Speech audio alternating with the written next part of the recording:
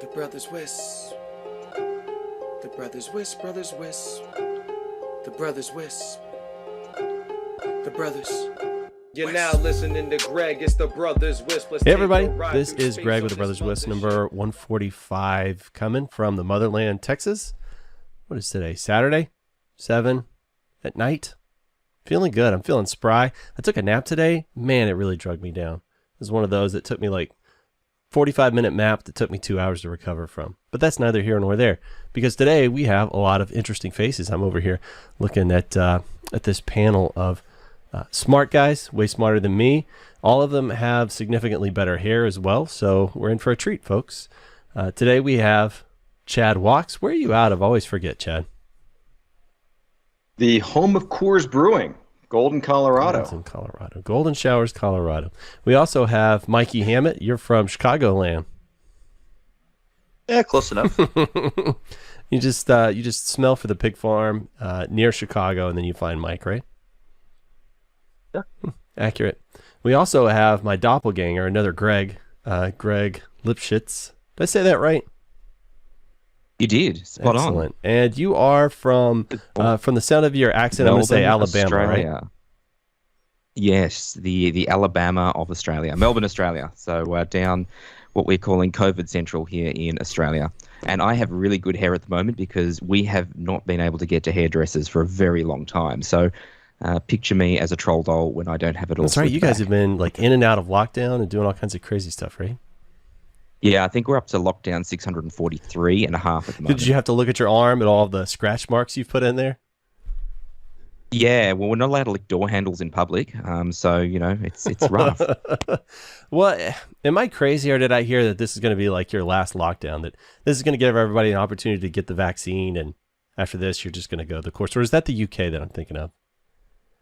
No, that's kind of like us here, but, you know, do you believe anything politicians say anymore? So, you know, we're just taking it one day at a time. Well, obviously, I live in Texas, so coronavirus, I mean, I think that happened for about 4 months last year. Other than that, we've been pretty much just rocking and rolling. So it's weird, kind of a little juxtaposition watching you guys over there locked down repeatedly. We're all good. We just, you know, get out for our fresh air and our huff and puff every day and eat lots of Uber Eats. Is that a euphemism for smoking weed? Well, I swear, when you walk around the neighborhood in the evening time, you might mistake it for something else. Well, am I crazy, or is Melbourne a very liberal part of Australia? Well, we are the world's most livable city, except when coronavirus rolls through, and then we're not. Okay, fair enough. Fair enough. I won't press you anymore on it. Thank you for showing up. First time face. I enjoyed it. I love it. Let's get the vegetables out of the way so we get to the desserts. We have our two consummate sponsors here. I'll start with Tower Coverage. Tower Coverage is your RF propagation system to empower your network, real-time data metrics, enable your coverage area, reaching your customer base, and more. The industry's best RF propagation mapping system allows website integration for customer sign-up and pre-qualification. Use this data to scientifically plan network expansion and help your WISP succeed. Get a free trial today at towercoverage.com. Not WISP coverage. I don't know where I was going with that.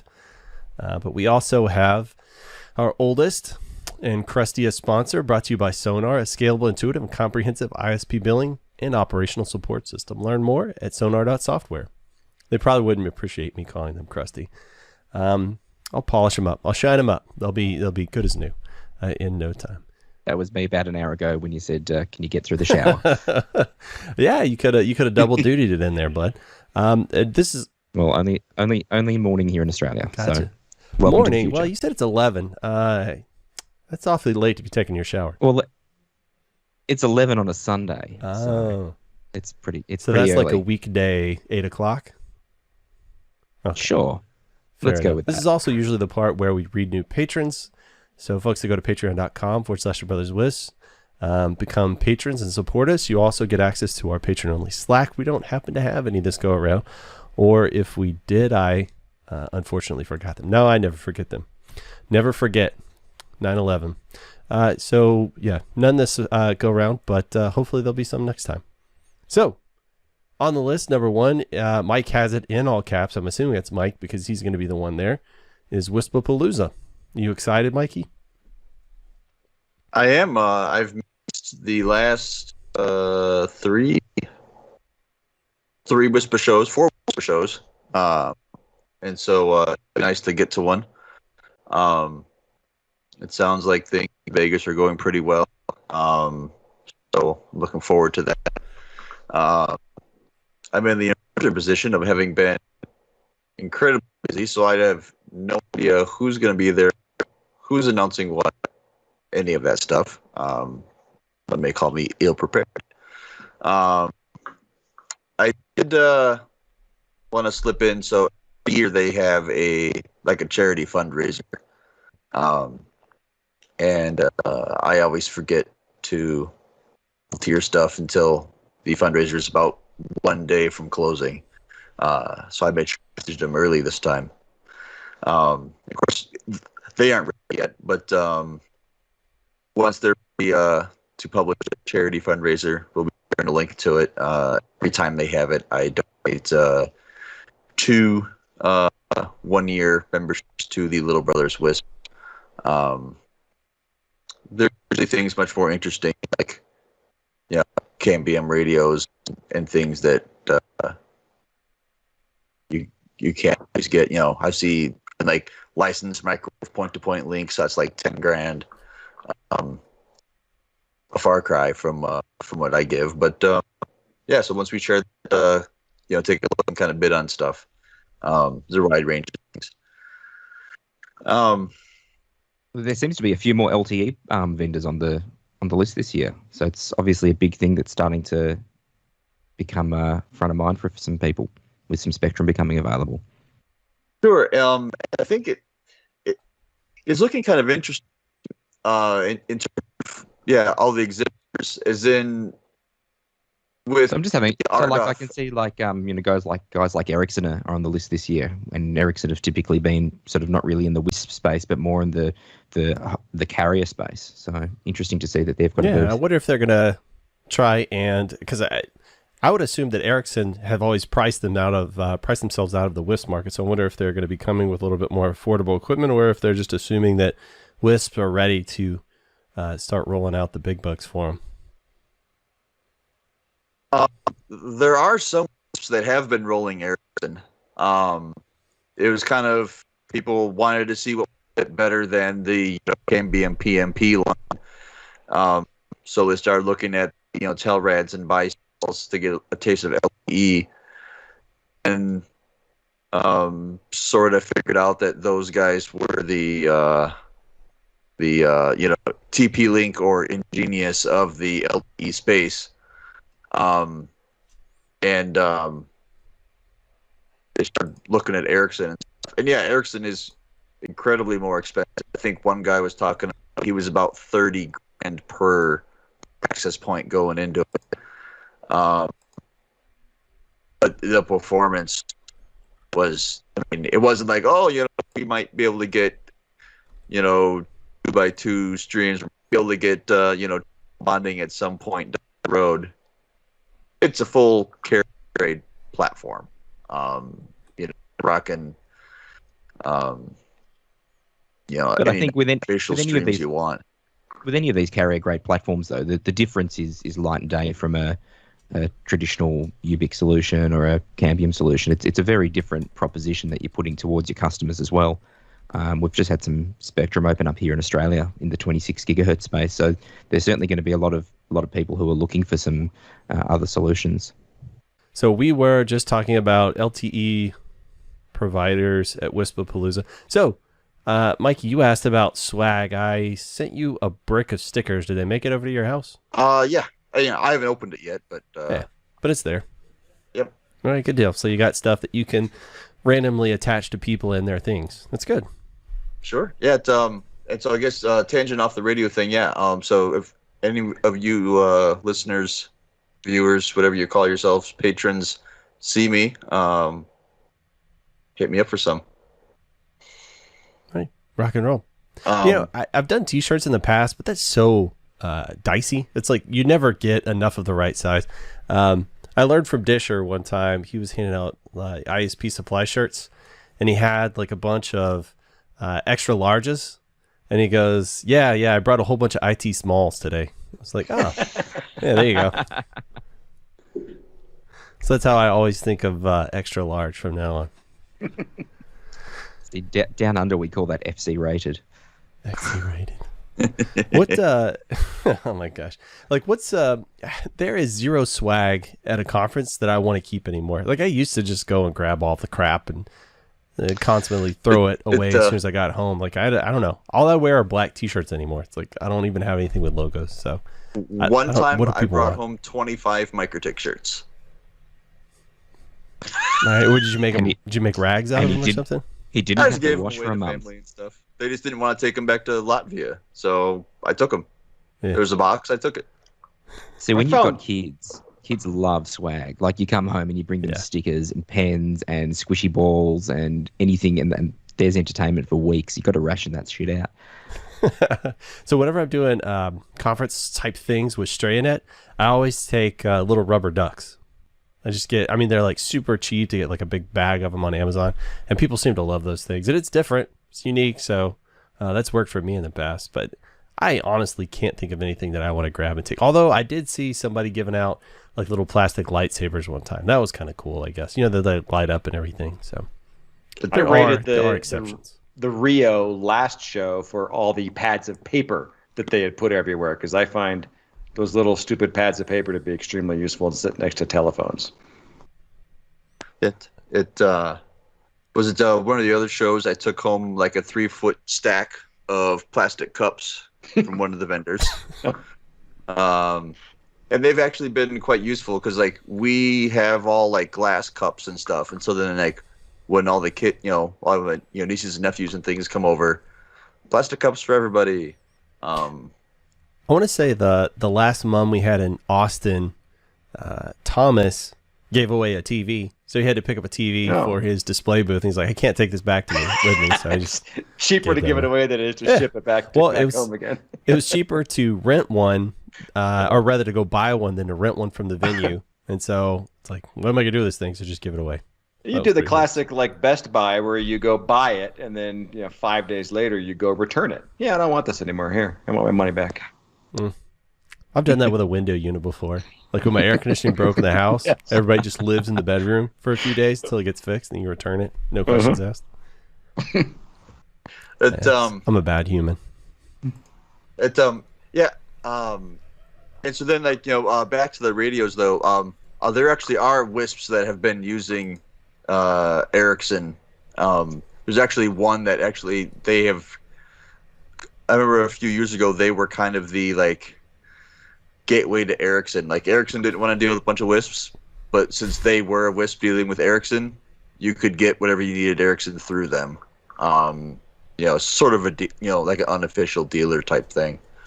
I think it's interesting though that like you look at the list and you go, Nokia's on the list, Ericsson's on the list. So clearly there's interest in the higher performance and more commercially supported equipment these days. And of course it all comes with a price tag, both on the purchase price and paying for tax support and things like that versus forum support and community support. But I guess it's the repeatable installation, for the big guys who are using it, then people are obviously going, well, maybe I need to get serious and spend some dollars to get a known output on my network. Yeah, it's the classic you get what you pay for. And when I look at my carrier grade stuff, it has uptimes of 2 and 3 years. And when I look at my cheaper stuff, it's got uptimes of 2 or 3 months. And I'm constantly monkeying with it. And I don't know the last time I logged into a Dragon Wave and did anything with it. It's just been running for years now. And you certainly notice the difference in things like the processor and the latency on something like a Dragon Wave versus a Cambium link. And this is excluding a PTP 820. Like a PTP 820 is fairly serious kit and Cambium's lineup. But if you're looking at a EPMP 3000L or something like that as a point-to-point link versus a Dragon Wave, it's just chalk and cheese. You're comparing an Apple to a Ferrari. Yeah, and I think what people don't take into consideration is the amount of time you're going to spend in the coming months and years monkeying with that piece of equipment, and that time has a value to it. And at you get a couple of years out, you have more than paid for your carrier grade equipment that you spent thousands more but Absolutely. you spent no time with tech support on that since the day you installed it, and that's got a value to you. That's one of those buy once, cry once scenarios, right? Yeah. You just go ahead and fork it out. But also, I was thinking about the number of carriers available to us that we can, like buy equipment from. Is that at least in the U.S. it's shrinking because of government restrictions on like Huawei and other vendors, right? Like the Chinese manufacturers we're not able to use those products anymore. So, it's the cheapest of the cheap isn't necessarily available anymore. So why not take a look at some of the pro level products, I should say. And a couple of other examples of vendors that I don't think have been to WISPA shows before that are in the big space. Well, so one, we've got Net Sapiens. They've been at WISPA shows forever. They do a voice soft switch that, and I could be speaking incorrectly here, but from what I recall, if you were to put asterisks at the bottom, as not saying that it's bad, but it's just free, open source, anybody can do whatever with it. And then like a full class 5 real soft switch up at the top. Not saying that the features, like not talking from a feature perspective, but from a scale, big, does a grown-up company use them type thing. I'd put Net Sapiens kind of in the middle because there are a variety of the larger WISPs that are using them to do their voice infrastructures, and some of the hosted platforms use them. But then at the very top, I would put Metaswitch and Ribbon. We use Metaswitch at the fiber company, and there's a ton of other companies that use Ribbon. I think there's really only one or two other companies at that level in the voice space. Both Metaswitch and Ribbon are here, so it's like it's not just radios. It's like everybody's like, oh wait, who are these WISPs? Well, I think it's all about how can you drive revenue through OTT these days. It's not just about the delivery method. It's now what can I layer on the top to increase the average revenue per user. And if I can sell someone a TV service and a voice service and whatever else over the top, then why the hell wouldn't I do that to increase my ARPU? TV service is so tricky over here in the U.S., though. I see a lot of people kind of shine away from it just because it's so scary. And to be honest, I'm mostly playing in like the millennial market, so like going after college students and stuff like that. And I couldn't give them a phone for free. I couldn't give them a SIP line for free. So I don't know. I guess it just depends on kind of the clientele you're shooting for. We're big on voice here in Australia. Like our business is purely B2B, so we do a lot of voice, and it makes up a large chunk of our revenue still. But if you're in that residential market, for love nor money, as you say, you couldn't give someone a phone these days. Everyone's migrated to mobile. And then on the phone thing, it's always interesting because for years talking to WISPs, and so many of them have just tried to avoid voice. They had put more effort into avoiding voice than doing it. And the ones in the U.S. have done so at their own peril because they didn't offer voice. So then they didn't qualify as a served area when the government decided to fund something. So then government money overbuilt them because they had been avoiding voice. And then on the B2B side, I get it. Some areas there is no business. And I look at some of the the more rural areas, the more rural counties, and it's like, the businesses there have a 2-line phone. They don't have an answering machine even. So it's like, so what are they going to do with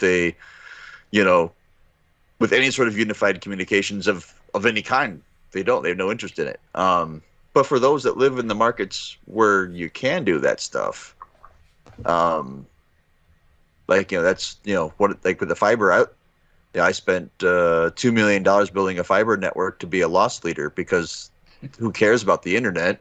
You want the phones. I will give away this, gigabit fiber for $50 or $75 just so I can secure these $700 a month worth of phone bills.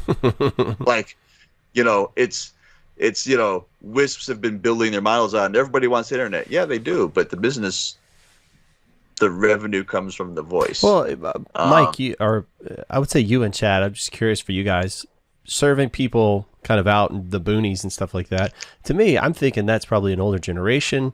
They're probably more accustomed to kind of a physical phone. Do you guys sell voice service in that respect?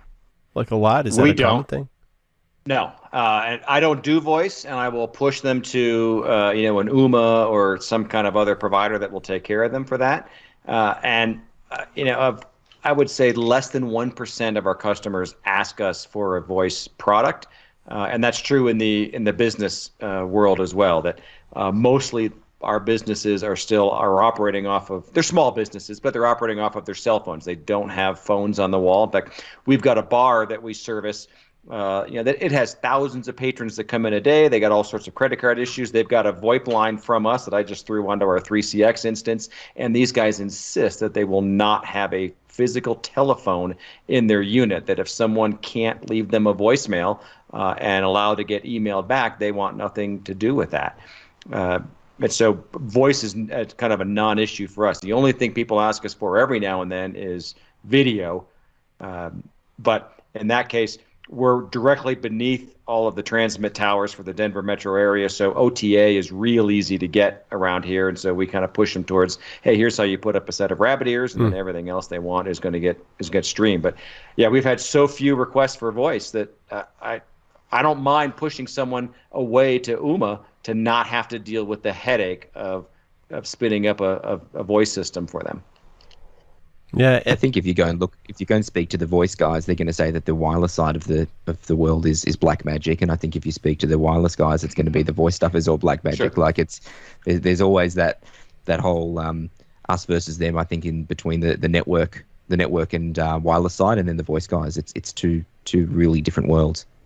Everyone's got a cell phone, and really what they want is the internet, so that if they have crappy cell phone service, they can put in a repeater that allows them to get decent LTE, like one of those little T-Mobile boxes, so they can have LTE reception in their house. They don't want a phone line.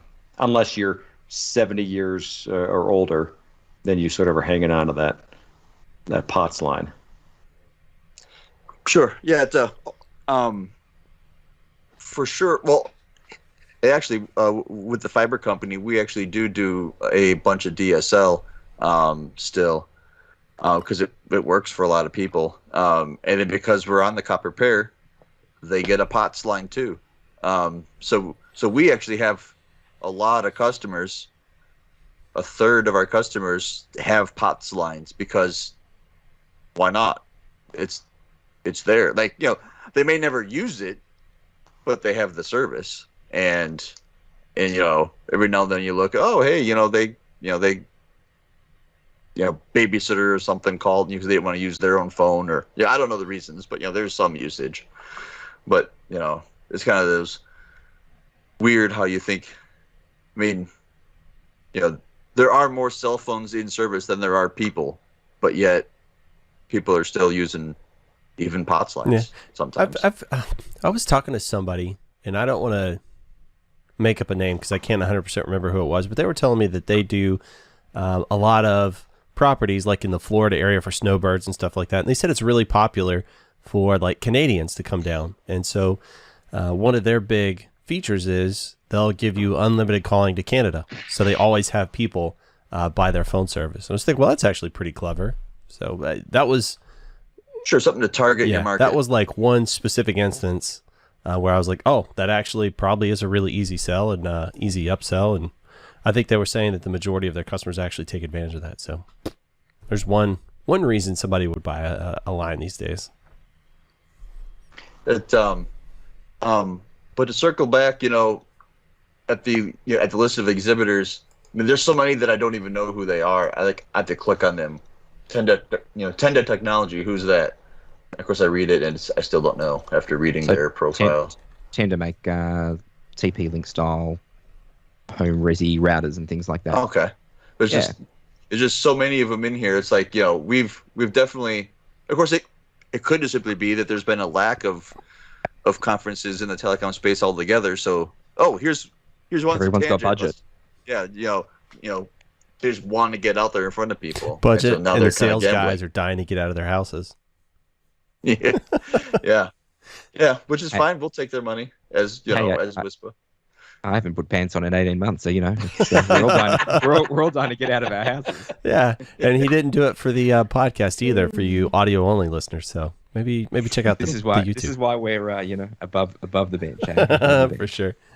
Yeah, I mentioned sales guys wanting to get out of the house, and it's ironic. So I got hired in April of last year, and I'm just now about to start traveling a little bit for work, and my boss is like, dude, I'm totally going with you. It's like, but I've got it. Like, I totally got this. It's like, oh yeah. I just want to be there for your first outing. Dude just wants to get out of the house. He's just dying to get out of the house. The real question is, so what's your Amex limit? I'm in sales, man, so I think we're doing pretty solid. Oh, that's all right. You got to ask your boss. What's your Amex limit? Oh, okay. You can come. That's what I was saying. I was like, well, I guess that means I don't need an Uber. You're just going to be chauffeuring me around everywhere. And I'm definitely going to be riding in the back seat, and I'm not going to allow him to talk to me while we're in travel, unless it's, specific questions about the temperature, or do I need a bottle of water or something like that. Yeah, take charge. And if he doesn't offer you mints, then you'll mark him down on his Uber score. That's right. He better have like a chilled towel ready for me, and a hot towel, because I don't know what kind of mood I'm going to be in, right? And so then also with WISPAPALOOZA, this will be the first time in the new venue. It's no longer at the Rio. It's at the Paris Ballroom. I think they were going to be using the new Caesars Convention Center that they built behind, but I think due to COVID, I think they're kind of tamping it back a little bit, not expecting as much. But so now you actually get a choice of a couple different hotels, Paris or Bally's. That's like the one with the big Eiffel, or not the small Eiffel Tower, right? Yep. Yeah, that's cool. They were there simultaneously with NAB, National Association of Broadcasters, which I think from an annual standpoint is the second largest trade show outside of CES. And then about a month ago, NAB canceled. And so all that convention space, all those hotel rooms suddenly opened up. But WISPAPALOOZA was at the exact same time. So things were really expensive there for a while, and now the hotels really want you to show up. Yeah, I saw in one of the recent emails about hotel blocks and stuff, Bally's was like $40 a night. Yeah. For on the strip hotel, that is cheap. Really good. That's cool. Yeah, what is it? Nevada has, I think they have a face mask policy, right? Don't you have to wear a mask everywhere indoors in the state right now? I don't think indoors. I think indoors it's a free for all. Oh, I thought that was something that they passed. No, well, maybe I know it was something that did pass. So even in casinos, you have to wear a mask, but maybe they've lifted that by now. Yeah, I've got in-laws that live in Vegas, and they don't go to the casinos anymore because everyone's there without face masks on, and they're still kind of nervous. Yeah, makes sense. Hopefully everybody will be strapped, and they've all got their like on their hip holster, they got their hand sanitizer ready to go. So I tell you what, man, it's like a 50-50. I always get the con crud, half the time, and so this one I don't know, be super paranoid. I'm actually going to be taking a couple of plane trips, which I haven't done in like 2 years now, it feels like at this point, and so I'm going to be hyper paranoid, I'm sure, going through those. I know people who've been traveling, and they say it's really not so well. They said at first it really wasn't so bad. They were really spacing out flights, and now they're like, it's a free for all. Everybody's jam packed back in your planes and stuff. So I'll mask, and then I'll put like a trash bag on myself, and then hazmat suit, full hazmat suit. Yeah.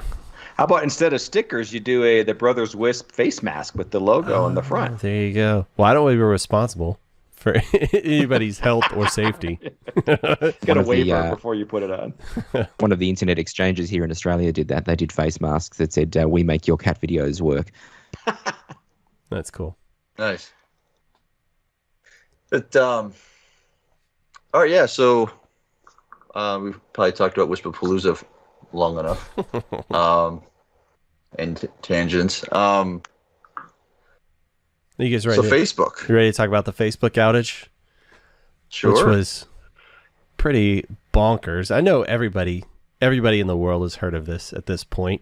I guess there's enough postmortems out, and the Facebook engineering group finally put out enough. I mean, the one they put out on day of was pretty ridiculous. You know, it reminded me of some of the after action reports we've put out for various customers in past lives at places.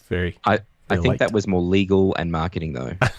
Yeah, for sure. Well, I mean, their stock, that was one of the first questions I had. Like, they're down for 5 hours. I wonder how much money they lost. And I was thinking just from transactions and various things like that, but I wasn't even thinking about their stock price. But it took a pretty good hit, didn't it?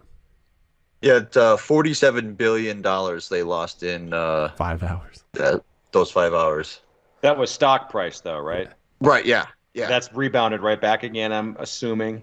I'm going to assume so. I'm going to assume that everyone, if you were looking at Facebook stock, that's probably when you bought it, was that day or the next day. But it was just looking at that crater, it's like, oh, they not doing so good. Yeah, I thought it was cool because it was the first time I saw BGP in the news anywhere, and I saw several experts trying to explain it, and it was pretty bonkers. But I mean, you got to remember the audience they're trying to talk to. Bonkers, you mean awful? Yeah. Because it wasn't just BGP; it was any other three-letter acronym that they could throw into an article and make an absolute balls up of describing what it is. I know. Wouldn't it have been amazing to actually get the nod to get on there and then just make something up, just something crazy? I think every article that I read, it was just people who had gone onto Google, done a bit of a search, copied and pasted the same swag of text, dumped it into their article, and gone, that's the problem.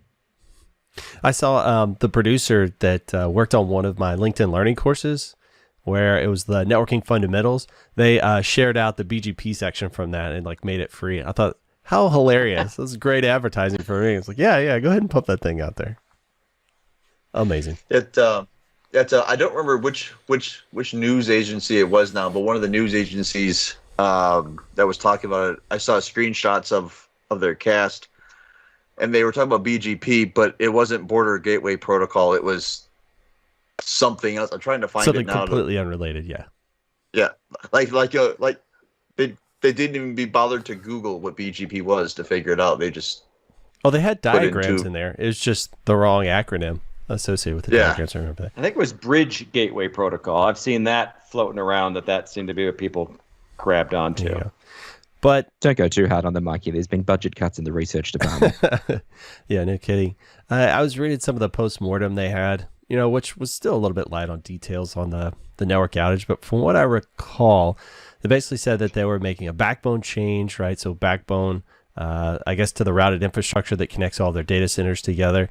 They have some kind of compliance system that whenever they attempt to make a change, it's supposed to vet all of the configuration changes. That failed to catch this mistake they had in the configuration, which then took all their global routing offline, which then obviously bumped the DNS infrastructure, the other three-letter acronym that everybody was floating around, right? Because even when their routes came back, their DNS infrastructure was still offline. And what I found out was it's because whenever their DNS servers, like the clusters, lose access to other portions of the network, like they can't reach the backbone, well, then they automatically remove their BGP announcements, which makes sense, right? It's like you have a cluster over here in some specific area that for whatever reason they have a failure. Well, let's just remove ourselves so that we're not part of the problem. Well, when you have a backbone snafu where it takes every data center off simultaneously, well, obviously you're not going to reach anything. So they, whole hog pulled themselves entirely off the internet.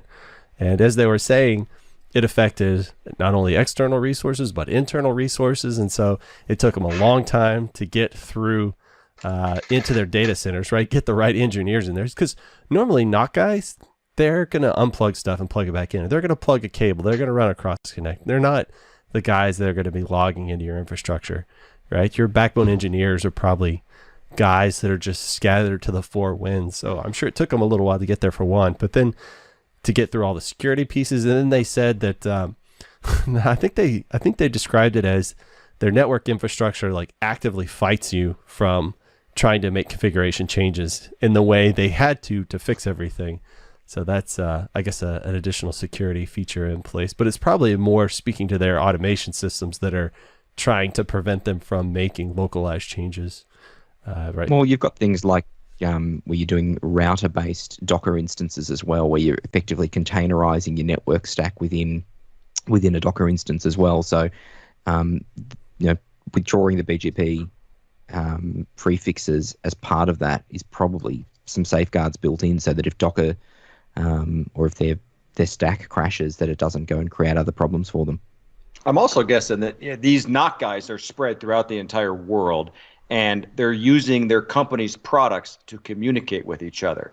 And so when you take the head off the serpent and you can no longer communicate with anybody, now everyone just becomes an island, and they can't communicate with anybody else. So there was, I'm sure, an hour or so of trying to get Zoom and Skype and whatever other methods of communication that are still operational, just to talk to each other, to figure out what the heck's going on. There was a fantastic meme on Reddit that said, "My first day at Facebook, I sent a big fix to production and left for the day. I think I did a great job. Nobody said anything on our internal Facebook group page, and my boss said he'd message me on WhatsApp if anything came up. Can't wait for tomorrow." That's horrific. Yep. Well, something else I gleaned from that article is they're saying that we lost network connectivity, so we couldn't make any adjustments, which to me says they don't have any out-of-band management on their infrastructure where they could backdoor in. Or it's not tested.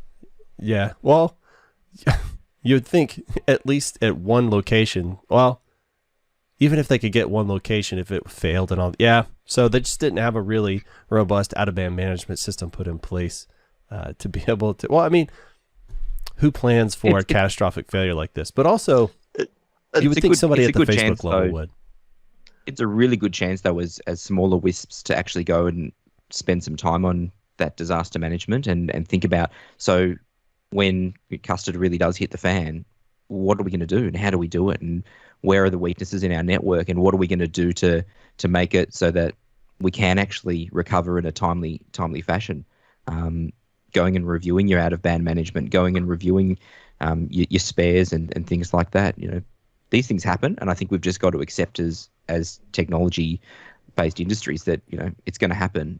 It's just a matter of when, and plan for failure. Because if you don't, then you're going to end up running around and chasing your tail for a few hours trying to make it right, and it's really hard to do that when customers are calling you and yelling at you.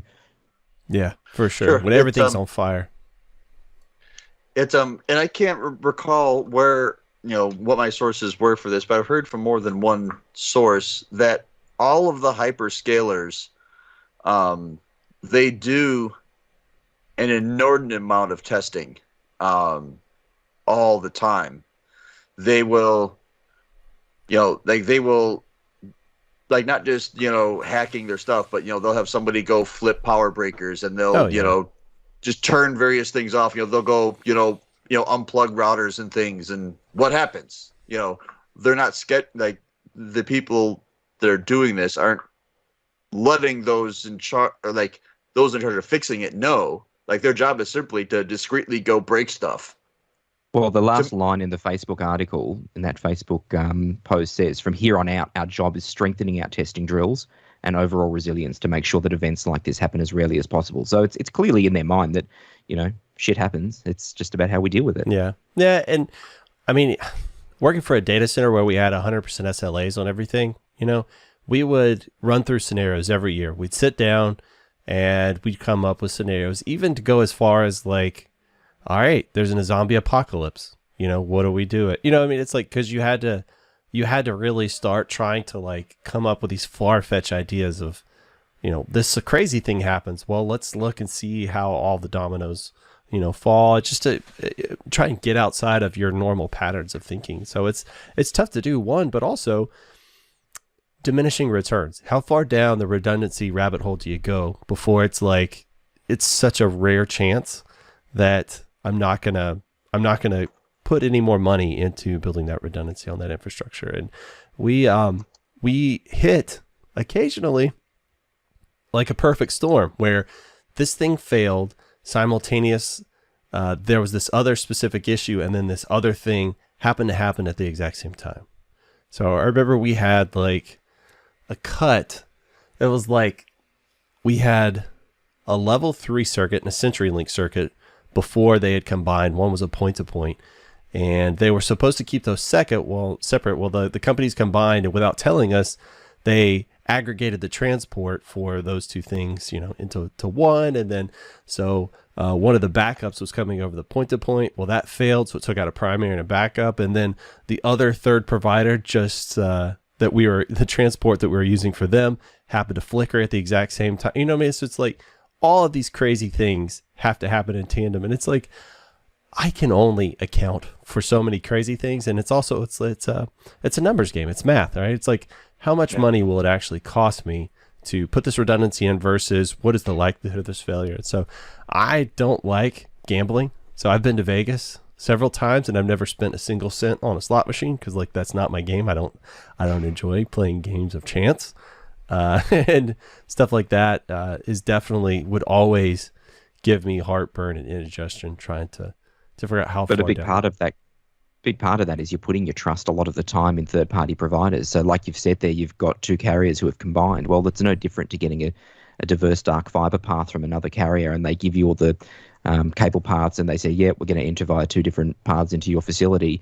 And on the day that the guy's going out to do the pit and pipe infrastructure work, all of a sudden, oh yeah, there was some rocks there and we couldn't get through to run that way, so we did it the other way, and they at some point cross. It's going to happen. You've just got to plan for failure. Yeah, I remember after one of our outages, before I put in like the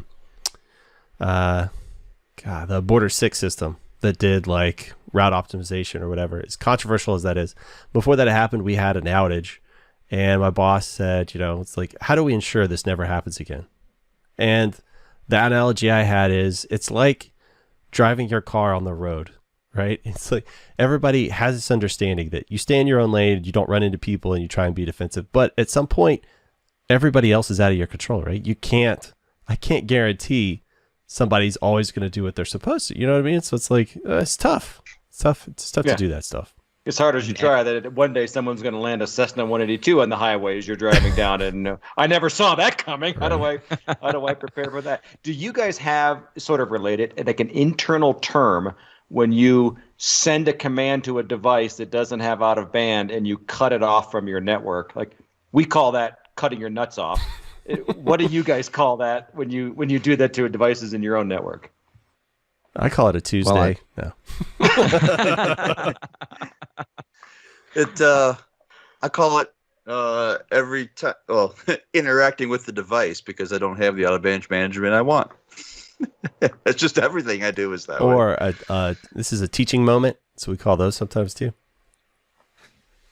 It's that moment where your heart rate increases and you haven't actually worked up a sweat.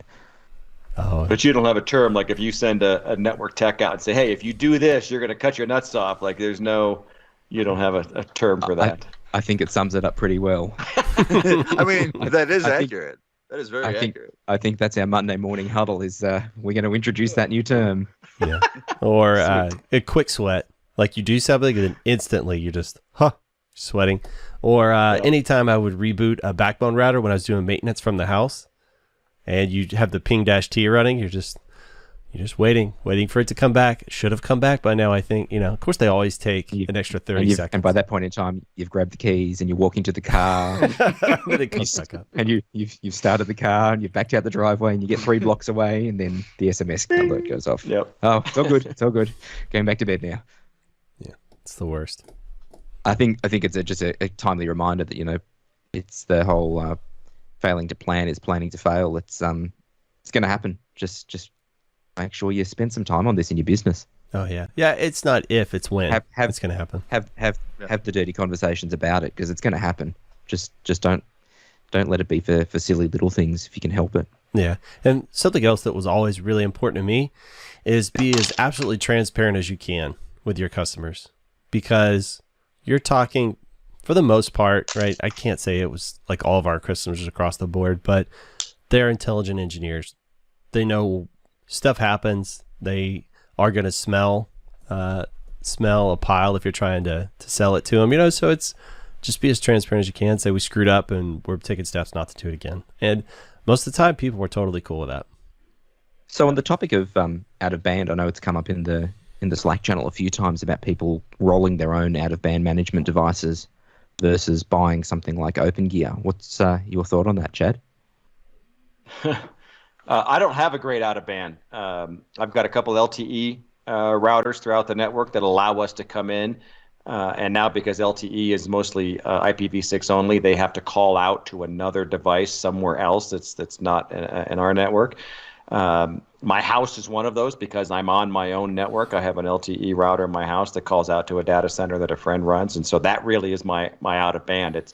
I wish I had a really good policy on that. We have a lot of upstreams. We have a lot of redundant fiber. And so we haven't had to use out-of-band yet in the 6 years we've been in business. Now, I've cut my nuts off a few times, and that's required me to drive to a site, but I can't put out of band at every single tower site in the network. And so You see, our core has got out of band. it's interesting you say that because we've taken the exact opposite approach where we actually do have out-of-band at every single transmission tower. I like that. For exactly that reason. Like the cost of a 4G device these days is so cheap, and the cost of a SIM card is so cheap that to have that out of band and being able to get in when you do cut your nuts off, it can save you, hours of driving across town. Like from one end of our network to the other could be 350 kilometers from one end of the network to the other. You don't want to be jumping in the car for that sort of stuff. And geographically, we're a lot smaller geographically. We're within about 5 square miles total. Yeah, okay. And so it's a little bit easier to get in the car and run to a tower site and reboot something or whatever. Yeah. But you made the point before about, time is money. You going and spending the money on quality equipment. That's, I guess, the approach we've taken is that time is money. If we can't do maintenance on our network and know that we've got another way in, what's that going to cost us in reputational damage, in customer outages, in frustrated staff, in jumping in the car and rolling the truck? Like that all of that costs money at some point in time. So for the small price you pay for a 4G device, what's it really going to give you? Yeah. I'm doing the same thing. Like all my core areas, I'm doing WAP LTEs that tunnel back to the data center and tunnel back to my house so I can backdoor. But not only for situations where you screw up configuration, but I also like it if for whatever reason there's some weird power event and I lose everything there. If I see, my connectivity to the site go down and my backup out of bound device goes down, I'm like, oh yeah, okay, we just lost power. So I immediately can diagnose those issues, because that's always kind of at these apartment complexes. I mean, just weird stuff happens. One of my IDFs, for whatever reason, they wired in one of the wall outlets outside into the same circuit that my IDF hangs off of. So every time the carpet cleaners come through, they trip the breaker and that IDF goes offline. It's just dumb crap like that happens, right? And random stuff. And then, the maintenance guy will occasionally just flip a breaker and not even think about it, right? So it's nice to have that kind of stuff as well. That sounds sounds like the cleaner in the hospital who unplugged the life support to do the vacuuming. GFCIs are our killer because all of our stuff primarily is outdoor, which requires a GFCI circuit. And every time a lightning storm comes through, whether it's anywhere close to that house or building or not, it trips a GFCI, and then we've got to roll out there and push a stupid button on a circuit. Big pain in the butt. But then, so on the fiber company, we don't have that many locations because it's, with the, fiber and, copper infrastructures, things aggregate pretty nicely. So I can have, one spot where I could connect to, I don't have this many, but, I could have thousands and thousands of customers off of one rack. But the problem is that we don't control the facilities. So then we're required to have NEBS compliant equipment. So then that really narrows down what I can deploy. And then, it has to be negative 48 volt power, or I'm building a whole nother, AC infrastructure to power it. When I started going down that road, I was like, okay, well, I found this Cisco router. It can do this. It can do this. It has all the things I need. It actually has 2 redundant, neg 48 power supplies. Everything's reasonably cost. It supports T1 cards because at the one location I want to do some SS7 to SIGTRAN translations. I can plug in an ADSL card because then that costs me not very much. And so this and this, okay, great. And then I buy the stuff for 2 locations. I hand it over to somebody to configure because I'm not that familiar with some of the, SIGTRAN translations and ADSL usage on Cisco gear. Hammering around. As it turns out, it's end of life, which I knew it was. I was like, fine, I'll just download the software, whatever. I'll move on. Except Cisco no longer had the information available, so I couldn't get the software. And so then it's hunt and peck, just going to buy stuff, hoping you get one that has the right license on it, because nobody's tracking if you have the license that does SIGTRAN translations. So I bought the gear to do it, and then it didn't work. Okay, let's go to a newer version. Oh, this one doesn't have 48-volt support. Let's go to the next newer version. That one doesn't have dual power supplies. This one does have dual inputs, but not dual power supplies. So then you go to the next new version. And then finally I'm at $26,000 for a router. I'm like, okay, let's rethink what we're doing here. And that's now where the project sits. It's like I only have to buy 6 of them to do, or 7 of them to do everything I want to do. At $26,000 a piece, that really adds up. So someday I'll figure out how to slay this cat a different way. Fair enough. That's a hard one though. Like, you can do all the research under the sun. Sometimes it costs money to learn. Yeah, well, and that's the thing is that if Cisco's product line was more consistent, here's the replacement version, it's not the same. Because I'm not a fan of buying new hardware because it's like I'm not doing anything with it. It's sitting in a CO.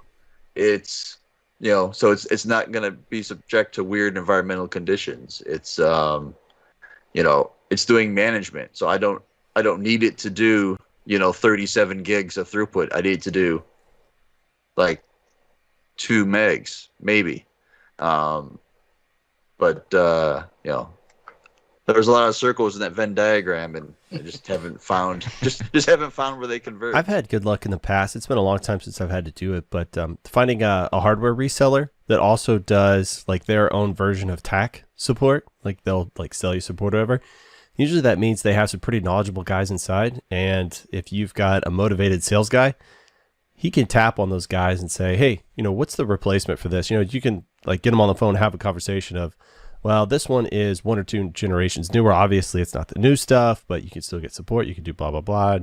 So that's always been a good resource for me because I've noticed the longer I get from actively doing engineering all day long, the more stuff's just falling out of my head. And there's all kinds of new hardware that I am just not abreast of or have no knowledge of. So I'm more increasingly leaning on people that can help me.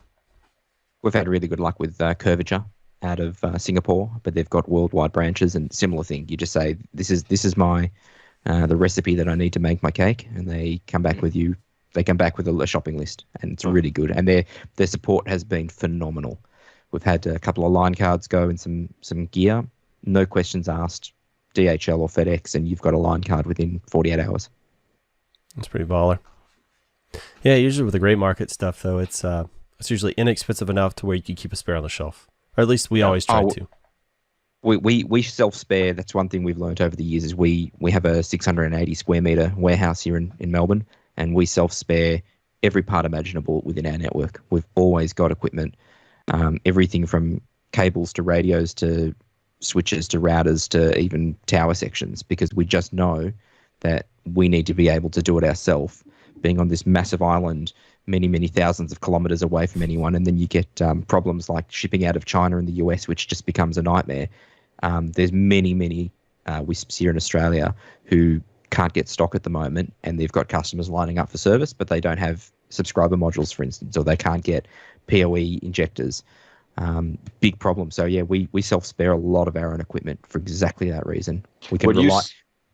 When you self-spare, is that part of your rolling inventory, or do you set aside inventory that is 100% dedicated to spare? And if someone takes something off the shelf, then that triggers an alert or a replacement or whatnot. It's not part of just an inventory package. Yeah, absolutely. So we make sure that we've always got extra stock on the shelf, and the guys know that if they're taking stock off the shelf, we regularly do the inventory, and we make sure that we've got enough to self-spare. You can't rely on the RMA process. That's what we've learned to learn over the years. RMA is great. You're going to get it replaced, but for instance, we're a big cambium shop. We know that there's delays at the moment. Our local distributor could be 6 to 8 to 12 weeks delay. So if he doesn't have stock, we're not getting our RMA. It'll get there. It's just not going to be next week. It's going to be 2 to 3 months away. And that's a huge problem. You just can't risk that. Cambium's RMA is a nightmare in and of itself. That we just got radios shipped in today that had been RMA'd about 6 months ago due to a firmware problem that bricked the radios. But they'll RMA them, and then you have to go back and find out, okay, who did I buy this radio from? So that particular vendor, and think, oh, maybe this time it was ISP Supplies, and I send them the RMA, and they look it up like, nope, that's not in our records. Good luck. And then you go to your next vendor, because honestly, we buy so much Cambium stuff, I don't track which vendor, because the vendors on their POs don't put the serial numbers of the radio. So I really don't know where this thing came from, and it's so hard with Cambium to replace that.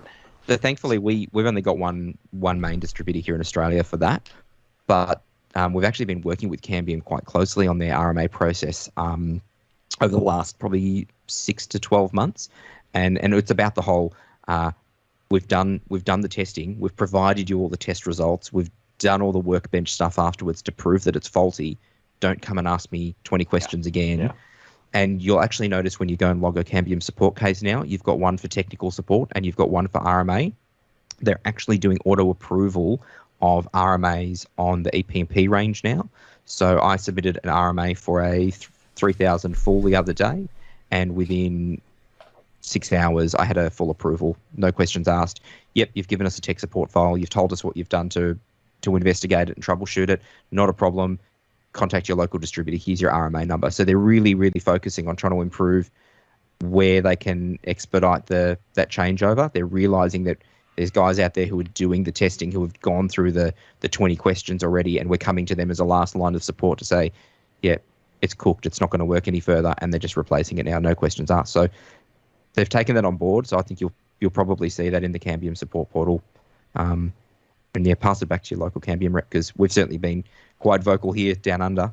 It's about making sure that others are doing the same. If you use one supplier, though, but with the chip shortages, I might bounce between 5 or 6 different suppliers, and so we got all this Cambium gear pouring in from all these different locations, and that's where it gets tough for us. So you just need a good stock. You need to do good stock control. That's the only real way around that is to use an inventory system and track your serials. But every business has the same problem in that respect. Yeah. And Cambium has been pretty good with people that get vocal about issues. Several years ago, I was vocal about, I had some fires that I bought some Force 100s for, and it was my first time ever using them. I had to have them, 6 point-to-point links ready the next day, and nothing was working in the assembly of them. And I was getting mouthy in one of the mailing lists, and I said, "Not you, Mike." I'm gonna drive this crap up to your office and blah blah blah. And then they said, okay. So the next morning at 9 a.m., I was at their HQ. Here's all the radios. Figure it out. And sure enough, they had some manufacturing problems. And they had a guy that he disassembled each of the components that were having problems on each set of radios, and he fixed it and blah, blah, blah, put it all back together. And I left with every radio put together as it was supposed to be. Now, I know not everyone lives 58 minutes away from the Cambium headquarters. But, I got loud, and they said, yep, we screwed up. We'll fix it. Some other vendors don't do that, no matter how loud you get. No, but with Cambium in particular, my dad used to live 15 minutes away from Rolling Meadows, where Cambium headquarters is. So one day I decided to call up Sakid and say, hey, I'm down the street. I want to come by and see. And it was well worth my time because you get to put a bunch of faces to names. You meet a bunch of people that now you can directly email. So for those that are Cambium houses, if you find yourself in and around the Chicagoland area, I would, if you've got the time, make it a point to go visit Cambium HQ because it will pay off for you in the long run.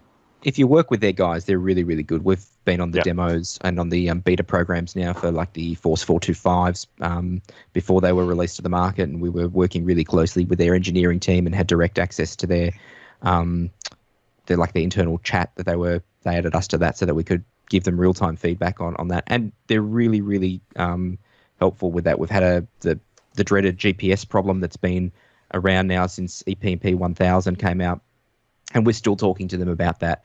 And in 4.6.1, you'll notice that there's actually a sensitivity screen now on the GPS receiver screen.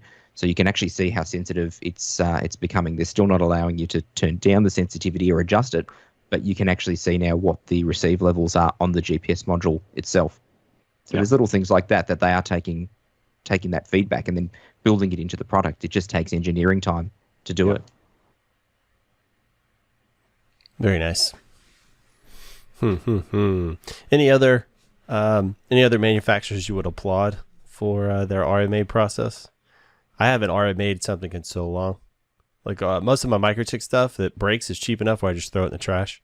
Oh God, the Microtech RMA, and I had a couple those the 2004s when they came out. RMA'd them. They went back to Latvia. They never opened up the box. They sat there for months. They went back on a boat, came back over, got shipped to Baltic, got shipped back to me. Never once opened. They said, "Yep, everything's been fixed." That process with them, where everything has to go back to their HQ to look at it, is terrible. That's got to be extremely expensive for them to be shipping those things back. It's only on certain value products, though. We find that on the smaller products where there's like PoE output problems on like a RB760, we contact our local distributor. They go, yep, it's in warranty. Sometimes they ask for a sup-out file, and we generally get a credit note, and we move on with life. It's just they're more expensive. They've obviously got a US dollar tolerance, so they go, yeah, we want to kind of know what's happening here. Yeah. Who do you use for your Microtech kit over there in AU? It's a subsidiary of Streakwave US. Oh, okay. So Streakwave in Australia, yeah. Do you ever use what is it, Duxtel? I've used Mike at Duxtel plenty of times. Yeah, that guy's like so really nice. Helpful. Yeah, no, Mike's lovely. And his team. They're down the other end of Melbourne towards a little satellite city called Geelong. Oh, very nice. Well, as big as your island is, it's still a small world over there, huh? Yeah, well, when you've only got two main distributors who carry stock, it's pretty small. Yeah, makes sense. Wait, so there's only two in all of Australia? Two distributors who actively carry Microtech stock. Yep, so we've got Streakwave Australia and we've got Duxtel, who are the two main distributors here. See, now, so I guess for Microtech, I would only have two. But in terms of WISP equipment, you've really only got there's another one in Sydney as well. He's got stock wisp.net.au. He's also got some stock, Adam. So there's maybe three that are actually actively carrying stock in the whole country. Wow. Yeah, because like for WISP stuff in general, within a 1 hour drive of me, I've got 5 or 6 stocking distributors. Oh, you've got like Rock Knock, Baltic. Rock Knock, Baltic, Air 802, CTI, Wave. Now I just saw there was one more. They're exhibiting at the WISPA show, so they're within an hour. So there's number 6. Now they don't all carry the full lines. They don't all carry everything. You know, Air 802 is PoEs and cables and stuff. But it's still a WISP centric supplier. So it's like that's why I don't really have an inventory, because I just and that's what's kind of bit me here on some of this COVID stuff, because that's like I've never had to. I just Jim doesn't have it. I'll go over to Bill, and it take me an extra 10 minutes to get to Bill's office. Yeah, ISP Supplies is like 12 minutes from my house, so that's usually where I go. Just right over there and pick it up. Craig, have you got like 40 or 50 container ships sitting offshore in Melbourne and Sydney that waiting to dock? Yeah, well, a lot of the equipment at the moment is actually stuck in China. It's actually just not getting out of China. Okay. The distributors are all saying that the equipment gets loaded onto containers in China and then it just sits there for months and months and months. Yeah, wow. Ours are sitting offshore in LA and New York and Miami. Is it just waiting for truck drivers? All the logistics companies are backed up, or what? It's almost cheaper now just to air freight. So a lot of the guys are actually just paying the extra money and air freighting because it's quicker and cheaper to air freight than it is to stick it on a ship. I don't know if it's the logistics companies, Greg, or if it's the massive COVID backlogs here. We had last week, I got a notification from FedEx saying that one of their distribution centers here in Melbourne got shut down for 3 days because they had an outbreak in the distribution center. So they had to just shut it down. So, when you look at a major freight company like FedEx that just gets shut down and knocks out a whole city worth of freight for 3 days, it's a massive impact. Yeah, that's wild. How's that not critical infrastructure for you guys? Just hand them hazmat suits and stick them back in there. We're just doing the best we can. We've had one person at our office for 18 months in 680 square meters, being really, really COVID safe. So everyone else is working from home. Gotcha. Yeah, I'm speaking of working from home, I'm never going back to work in an office for the rest of my life. Like I don't know. I'm enjoying this too much. Having said that, it was kind of trying at first when we were absolutely locked in, but now that I can get out and, kind of venture out a little bit, I'm back to normal to saying I never want to work in an office again. It's really interesting. We've seen both sides of it. So our team is all predominantly based here in Melbourne. We've usually got a fairly full office of about 15 people. And then we've got a couple of staff who are fully remote. And then we've got our overseas team in the Philippines who have also been working out of our office there. But since COVID hit, they haven't been together for 18 months either. And it's really interesting seeing which people work really well together, which people can work apart, and which people need the interaction to be with each other to be able to communicate better or to get projects done or to deliver certain things.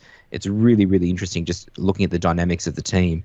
And we're certainly seeing that across lots of our other customers that we work with, as well as how it's all playing out over here. But you're right, there's a lot of people who will never go back to an office for anything other than maybe like a town hall meeting or a Christmas party. Yeah. Like right now on my team, we are a whole big group of individuals. Like we are tiny little nation states unto ourselves, but we have one guy that is a very people-centric guy, and he is struggling. I'm not saying he's floundering, but he's having difficulties, especially since he got hired in post-COVID. I mean, I got hired in post-COVID as well, but I already knew two of the people on the team, right? Like I had worked with one of them like for ages ago. So I guess to me that was a little bit easier, but this guy, but also I like operating on my own. Like it's pretty much just, give me the brief and then I'll go do my thing and take care of everybody, But this one guy, it is definitely a struggle for him. So I feel for him, but I can't exactly sympathize because it's like, that's not the way my brain works. Like I do work better. So we're seeing our networking and our engineering team loving the whole lock me in a room and don't have to deal with anyone. Mm-hmm. But we're seeing our sales guys are really struggling because they want to be in front of customers. They want to be talking to people. They want to be engaging. And those are the guys who are like, oh, I can't go and present to a customer. I can't go and see someone. So that's a big change on the customer facing, the extroverts versus the introverts. It's the no, please don't contact me versus we want to talk to everyone. Well, I'm in sales now, so the presentations I give, I think, would be more impactful and honestly, like more engaging and easier for me to do in person. But I really don't mind showing up 5 minutes before I'm supposed to, talking for a couple hours, and then going and doing something else, all while wearing athletic shorts. It's pretty baller. I don't have to travel or anything. Sounds like you're overdressing. Well, no, I have Like a shorts on? I have a closet full of button-up shirts over here, and I just switch a different one every day. But yeah, it's definitely like I'm a, in flip like a newscaster. Yeah. Yeah, I keep it real. I had my sister's wedding in between 2 lockdowns here, and I can tell you now, putting on a button-up shirt, I think I went through every single shirt in my cupboard to find one shirt that fit. I didn't say I buttoned it all the way. I buttoned the middle 2 buttons, and that's all you can see. So that's all I need to button. They don't fit anymore properly. So, yeah. But then on the work from home, not work from home thing, it really depends on the person. And it really depends on the company, because if those two don't mesh, then it's not going to happen. Yeah. I'm, the fiber company that I'm working with. I work from home because I look at it as me driving to the office is simply time that I'm spending not working. Therefore, not a good use of my time. There's other people that don't work. Yeah. I mean, it's there's just no other way around it. They just don't work, and so it's like, now, as a couple of weeks ago, we have a new operations guy, and he's like, they're working out of the office now, so we can figure out what it is that they're doing. Yeah, who I feel for are brand new people, especially guys like coming out of college or brand new to the industry. I feel like them being 100% work from home, they're going to miss out on a lot, right? Because I remember when I first got started, sitting in a knock, we were in kind of like this horseshoe shape, and there were guys sort of all around, and if you ever had a question, you could just turn and ask somebody, or you could overhear a conversation between somebody else, and you were always picking up new information. You always knew what was going on inside the environment. Like if one guy was working on something, he might mention it to another guy, and you're like, oh, he's about to break that thing. So, I know what's going on. So I think you miss out. And also, like I've noticed new guys are like apprehensive to bother other people, right? Whereas if you're sitting in a room and you have a question, you just turn to somebody, you ask, that's a 15-second interaction, right? Whereas now it's like, I got to chat with them. It's going to interrupt them, or I try and call them. Heaven forbid we do a video call, which I actually prefer nowadays. Is I want to see your face. I don't think it's just new guys though, Greg. I think it's everyone. We don't want to. Oh, he might be busy. Yeah. Well,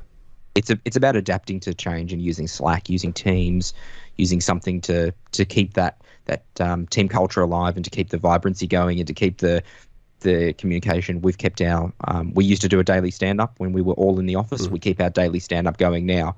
Our daily stand-up in the office probably went for 15 minutes. Some days on Teams, we can have a daily stand-up that goes for 25, 35, 45 minutes because everyone's engaging and having a good time and talking a bit of crap and talking about their family and all the things that you just don't do, as you say, when you're in the office having banter. Yeah, especially you guys like in lockdown. I'm assuming this is a big part of your human interaction that you're getting. Well, we've got some of our team that the only human interaction that they would have during the whole week would be coming to work. Gotcha. They live by themselves. They don't have family that's close. So them coming to work is human interaction for the whole week. That might be the only real person that they actually see in a week, and they're at home by themselves. Like, massive mental health toll. Yeah. I know, to be perfectly frank, the Slack helped me get through COVID when we were, locking down pretty hard at first. Like that helped me a lot, but I knew, like, after a while, I realized it's not enough. Like, it's definitely helping, but it doesn't 100% bridge that gap. And then when I was able to actually go back and start playing pickleball again, like being outside and like interacting with real humans, it was a night and day difference. And I realized, I actually do need other humans outside. I've my wife and my kids, here, and we see each other all the time, but it's just, I don't know, it's different.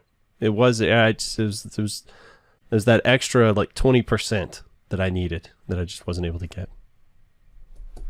So yeah, I feel for those young guys, those introverts that were forced into human interaction. I'm sure they're hurting the most. All right, you guys ready to talk about a little hardware? What have you got for us? All right, it's the Microtech Newsletter. And to be honest with you, I'm not sure that any of this isn't already charted territory. I think we've talked about all of it. So talking about the CCR 2004-16 G2S+, which is the new one that's running on the Annapurna Labs ARM processor. That looks neat, and it's coming in like sub $500 US to SFP+ ports. This looks really interesting from a CCR perspective. I've got in one of my MTUs, I've got a 1036, which is honestly overkill for what I'm doing with it there. But I'm doing a lot of queuing and things like that, and I'm wondering, is going like at my next property is going with another CCR. Obviously, I want to go with the CCR, right? The additional cores, because I'm doing a lot of queuing and things like that. And so I think, the extra horsepower is probably going to help with that stuff. And I'm wondering, do I need to start looking at migrating away from the old Tylera stuff towards the new ARM-based cores? Because I think that's the future. They're going to have, I'm assuming, better support and probably more long-term support on version 7. But is it going to be able to perform as well as like the 1036? Obviously it's fewer CPUs, but they're saying it's got better single core performance. I'm not doing BGP on these things, right? Or the other stuff. I think most of the workloads I'm doing are better distributed against a whole lot of CPUs. So it's, to me, in my brain, it's that balance of like, do I want to go the Tylera route, where obviously at some point they're going to sundown that technology, right? They can't support that forever. Maybe they feel like they can, and they can limp it along. I feel bad for them if they think they can. But the ARM is the future. I think better support. Are you buying to implement now, or are you buying to implement once Router OS 7 is a bit more cooked? Oh man, if this next project, that's the $1 million question at the moment. Well, if you're looking to get something on Router OS 7 now, it's do you like to sleep at night or not? Well, see, I was also I'm not going to take that chance. I was also thinking too, if I go like a 1036. That's like $1,000 US. If I go with this, it's $500. Yeah. So we're talking about, I'm arguing with myself about $500 difference. And if I go with a 1036 that I know is going to work well, right? Because it's already proven for me, and say 3 years from now, it makes sense to upgrade. No big deal, right? It's like, it's paid for itself. Why am I quibbling over this? But I guess if I was doing a big giant project where I'm looking at 1,000 router boards I was going to implement, maybe my decision making would caused me a little bit more sleepless nights or whatever. So that was just something that's been actually like popping in my head the last couple of days when I've just sort of been weighing the options. It's just like, what makes more sense here? Should I try and future proof a little bit? But I know this other thing is going to be able to, so it's like, I think I'll just go with the proven technology that I know works, because the price difference isn't that big a deal. I think, though, if you're not doing OSPF and you're not doing BGP, that Router OS 7 is a much safer bet. And if you're looking at putting these in some MDUs, we've got a few 2004s that we're getting ready to deploy because they don't need that functionality. I'm about to change my house into one of the new 2000 series to kind of play with it on OS 7 because I don't need OSPF and BGP. That they seem to be a little more stable and solid if that's all you're doing, and now you're future proof. Well, I'm definitely keen for FQ code only cake. Like at the MDUs, I definitely want to start implementing that stuff, but I don't know that it's fully baked yet. We've been running 2004s with 645 stable or 640X stable for a while now, and we run BGP on them. We not full tables. This is IGP and OSPF, and they've been really stable. We've got a couple in our lab. We've got a couple that are in the core in just running some traffic through them, just so that we can see what the traffic profile looks through them. And we're not seeing massive issues there, but as you say, you want to use queues, you want to use FU Codal. Well, you're stuck with Router OS 7 only. Mm-hmm. And how well do we think Router OS 7 is going to support the old hardware? We see issues with Router 6 on the new hardware. I think we're going to see issues with Router 7 on the old hardware that we know is going to get depreciated pretty soon. Well, it's going to come back to the kernels supporting older chipsets and the manufacturers of those chipsets having available drivers to roll it forward. You know what I'd love to see, which I'm pretty sure we will never see in our lifetimes, is I'd love to see Microtech announce an EOL schedule for the Tylera stuff. Just say, look, this is what we're going to hit end of life on this kit. Prepare accordingly. Just be ready. And I think the programmers probably inside would love to hear that, because from the sounds of things, they're having to do a lot of kung fu and just waste a lot of brain power over making sure the Tylera stuff can still work. I'm sure they'll get to that stage once they've got feature parity on Router OS 7, where they turn around and say, okay, we're going to do like what Microsoft does when they do EOL support for their operating systems. We'll do security and patching, and that's it. And we'll give you a couple of years of that. Yeah. But you know what? I don't think anybody would be mad at them if they did that.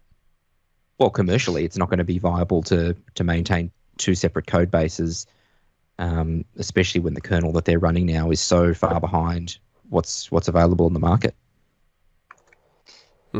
Yeah, I'll be surprised if we see FQCODL on the Tylera chipset. I don't think that's going to come. I think that's going to be a Router OS 7, and I don't know that they're going to support that old hardware. So if that's something you want, I would maybe look at the 2000 series for your MDUs. Yeah, but again, that's what I'm saying. It's like, even if I had to replace 10 of these devices, it's not that big a deal, right? Especially as long as I had heads up. And I'm obviously, if I'm vetting a new, like when I roll to version 7, I'm going to be very cautious, right? I'm going to put it at one property, and it's going to live with that property for a while until I'm 100% sure I've got all the bugs worked out and I feel comfortable with it. And then I'll slowly migrate, right? So it would give me time to do a hardware refresh on all these places anyway. So I don't know why I'm arguing so much about it. I think that's more an issue for folks that are, say, using the older 1009s or whatever. If they're using those out in their tower routers and they end up with several hundred of those, right? And then there's some version 7 feature set that's really just not going to work on the Tylera that they're going to need to upgrade. You know what I mean? It's like, to me, that makes more sense. Those guys will have a heavier decision to weigh in here. So these are just we're my certainly in that boat. We've got hundreds of 1009 passive cooleds. We would have many hundreds of them. And we've been testing the 2004 for that reason. But we don't believe it's ready to put out at our towers yet. No. What do you think about the 5000 series for replacement on those 1009s? Again, it's really hard to get stock here at the moment. So I think I've got half a dozen of them on back order so that we can build up a little lab and test them out. But like anything Router OS 7 at the moment, whenever we have engineering discussions internally, it's who likes to sleep at night and who doesn't want to have their phones beeping at them during the middle of the night. So we just don't roll that stuff until we've really got a good lab going. We've got 2 racks of equipment at the office that is our lab, and we build up towers in there and we test stuff and make sure that it works. Yeah, we've got a lot of 4011s deployed and a lot of power boxes out there that I'm looking at that 5000 series to start replacing those things soon. Yeah, I remember I was a lot more willing to accept risk when I was younger. I didn't have any kids. We had so much free time, and then the more responsibility I got, it's like the less I want anything to do with being called in the middle of the night. I used to wear it as like a badge of honor, that I got called and I took it. It's like now, I haven't been called in the middle of the night so long. Now it's like I'm pretty sure I would come after somebody with a hatchet. So I'm very not interested in taking those midnight calls anymore. So I'm definitely on board with that. Well, let's look else, whatever they have in here. It's the Cap XL, which you've already talked about that stuff. They're talking more about the knots. They're showing some good pictures of the tokens, which I think we've already talked about the tokens because they've been out for a minute. They have the standard, then they're outdoors, they're calling it, or industrial, kind of more hardened. Looks like it's got a couple of screw holes where you can really attach it to something. $10 versus $18. I don't really see anything too crazy in here. We've already talked about zero tier. Obviously, they finally weighed in on the Maris stuff in their newsletter, saying that this isn't a 0 day. It's basically people that running old versions that are compromised or they got compromised in previous versions. The user database was stolen and they never bothered to change the password. So nothing really. We actually did some work with the Maris stuff with the code that was pasted in the Slack chat. Trying to think of the programming language that someone popped it in there, but we did some work on that and ran it across the network, and happily there's nothing on our network that's that's vulnerable. But yeah, it's good to go and check your stuff. Looks like you can also just about block the upper level domain of XYZ and be okay as well. Yeah, so there's a few ways to do it. You can do, if you're running, as long as your customers are using your DNS resolvers, then yeah, go and black hole the resolution of it. But yeah, it was the Python script that someone posted in the Slack group. One of our guys, Nathan, went and changed that up and made it a bit more friendly, and I think he committed that code back into the repository as well to contribute that one back. Oh, but very nice. Certainly worthwhile going and doing that, just to make sure that everything in your network is nice and clean. Yeah, I think Jimmy dropped in a script that puts all the DNS entries in your local DNS server that you can filter about if you want, if you are so inclined. All right, well, that's all I saw on the newsletter. Nothing mind-blowing. Let's see. What else do you guys want to talk about? Chad before had talked about DPSK, the dynamic PSK stuff on his Ruckus, and he was unable to show up on that cast, so we made up a whole bunch of stuff, and he said that he had some corrections for us. You wanna lay that on us? Yeah, I think by and large the discussion was good. A couple of the little minor points where we've been buying the H500s, the Ruckus. That's an indoor access point that's got 4 LAN ports on the bottom of it. The correction there is that their uplink port is still a gigabit. So the device is connected back to your switch at gigabit, but your 4 LAN ports, if someone inside that unit plugs an Xbox in, those are 100 base Ts. When you jump up to the H510, which is the gigabit version of that AP, you go from about $20 gray market to just south of about $100 gray market. So it's a pretty decent price. But I've found having a single SSID that allows your users to be online everywhere on the property. And with some properties, this doesn't matter, but the couple we've deployed it in, it's really been helpful for them because there's common areas, there's dog walks, there's gyms and yoga studios and that kind of stuff. And we've got APs throughout all of this, and their stuff just works everywhere on property because they've connected to their one SSID, and it is really slick. It's taken our support calls from 2 or 3 a week down to none since we've installed this about a year ago. So I can't speak highly enough of just spending a little extra money to go the Ruckus controller route and putting something where I've got that single pane of glass that I can control everything. And if and when our Ruckus controller goes offline, these devices just keep running. They don't have to talk to the controller all the time. Yeah, they'll just stay in whatever state they were in. We won't get the reports, but it just continues to work, right? So that part of it's been really nice. You say spend a little extra money. How much? I know you probably can't give exact pricing on like what you pay for their controller, but what's a ballpark on there? God, I think we were in for about ballpark of about $5,000 total for the controller and the licenses for I think we're up to 150 APs now on that license. So that's a one-time expense. Okay. I don't pay the recurring support contract on that because we're buying end-of-life hardware, and so we're going to support that ourselves. So that's a one-time expense, and a lot of that we were able to get the MDU owner to pay for as part of their building infrastructure. So they paid for a controller that now we're able to use for a bunch of other MDUs that we roll on. So do you try and stick your AP in a common area, or are you just putting it in a unit, but like every other unit, or what are you doing there? No, we put one in every single unit, so they've got the ability to plug in devices where they see fit, hardwire. We turn off the 2.4, and about every 3 units it's off. Because that propagates so much easier. Yeah. But yeah, we've got a 60-unit MDU, and we've got about 65 APs in there, including common areas, an outdoor one, and yoga studio, that kind of stuff. So everywhere we can stick one at $20 a pop, there's no reason not to. Yeah. One thing we learned early on is we turned off the DHCP server on the management side so that when someone takes the AP off the wall to say, oh, what's going on here, and plugs in their own router or their laptop into that management port, nothing happens. I learned that the hard way pretty early in, so now they get they get nothing. But if they plug into their own AP, it puts them on their VLAN, which is tied to their DPSK password, so everything is shared. So now they can stream to their TVs if their TVs are hardwired, and it works very well.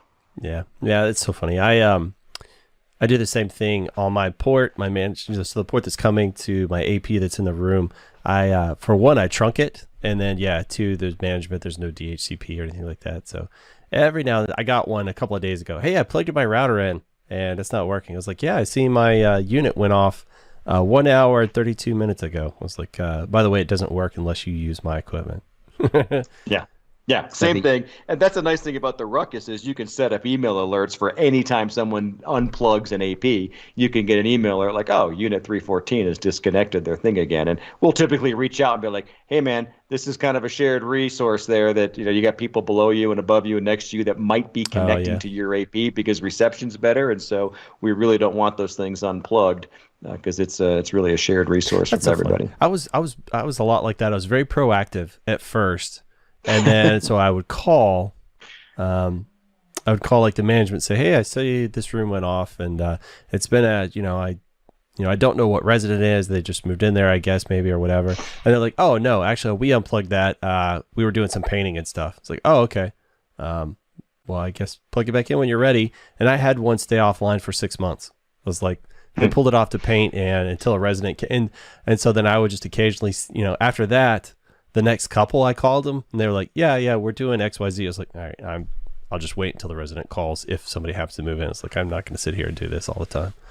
It's like, so my good intentions kind of came undone. So I just wait for people to call now. It's my OCD of logging into Ruckus and seeing red lights on there. I'm like, oh, this is no good. Yeah, I don't like it. I definitely don't like it. But then, it's funny. They had this big rush of move-ins, and then all of a sudden my dashboard went green. I was like, okay, good. I guess they had to plug all the crap back in now. So good.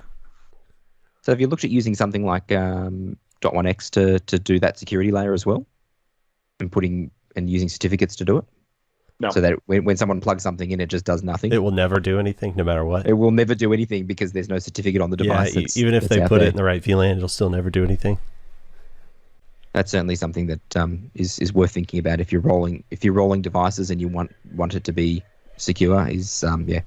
Use .1x and some radius on your devices, and it'll drop it in some smarter switches, and it will just drop it to the right VLAN. It'll verify that if it's got the certificate, it'll do something. If it doesn't have the certificate, it'll go meh, and user gets nothing. Yeah, and then you can turn on things like DHCP server again and make your life a little bit easier. I like to trunk to that room so that I can have management on a different VLAN, and then all the users get shoved into the user VLAN, so I could definitely separate all that traffic and stuff like that. So yeah, that's like an easy way for me. I guess you could probably fudge it by doing some MAC filtering on the management VLAN as well, right? Like if it's not coming from, Microtech, I doubt anybody, although, if somebody's willing to. There's some smart little shits out there who will plug in and start sniffing traffic. Come on, who hasn't been to a hotel, plugged in their HAP? Absolutely, everyone. Started sniffing, or, cracking out the screwdrivers and removing the controller that's on the wall in the hotel to find an Ethernet cable behind it to plug it into your HAP to work out what you can get to, or finding the voice VLAN on the IP phone that's in the room and then putting yourself in that same VLAN, and then you magically get access. Or a lot of times scan the network, find the MAC address of the laser printer in the office, and then just go unplug it and you get free internet access. Mm-hmm. And none of us have actually done this. Just for the record, we're just floating things that we saw some guy do on YouTube. Yeah, theoretical. Absolutely. Yeah, good times. The last hotel I was in, I actually saw they had a Ruckus AP in the room, but we got there late and we were leaving early. I was like, man, I'm not going to jack with this. I'm just going to bed. Yeah. But immediately, that's what my brain went to. It's like, wonder what I could do to this thing. Excellent. Well, we talked about DPSK previously in a podcast, but just to rehash, it's dynamic PSK. So as Chad said, he gives one SSID, but each user on their, router, you have a sticker that gives them a unique password. They use that password, and it connects them to their specific resources. So the idea being, once they authenticate, in Chad's case, they can walk anywhere on the property and they're just magically connected to everything, which I think is pretty damn slick. I know Microtech apparently supports the DPSK stuff, but somebody emailed in and said, yeah, you can do that. Right in the DP and the security on the Wi-Fi interface, you can just not put a MAC address. You put a password in there and allow it to work, but it only works on the very first one on the list. It'll never match any other ones if you put them in there. And they don't support that in Capsman? I'm not sure. Does anyone use Capsman? Like, really? I use automation. So I use Ansible to configure all my stuff. That's what people have told me. It's like, man, you should really use Capsman. I was like, yeah, I like using Ansible. Okay, I can just do all that stuff. And that Kool-Aid tastes good, Greg. Well, you know what? It's like you got to do some manual configuration to the kit anyway to get it to work. So I was like, well, if I'm going to have to touch this thing and configure it, how about I just control it entirely through automation and not think about it? The only other thing that I had on my list, you're talking about touching things for automation, and Mikey raised this, I think, in the Brothers WISP, is that Pornhub's traffic was up by 10.5% during the Facebook outage. Now, like, doesn't that just say a whole lot of what's going on in the world right now? Well, we're talking about everybody working from home. I guess it gives you certain liberties. The interesting thing on those statistics is that the usage only went up for 2.5 minutes at a time. Oh my goodness.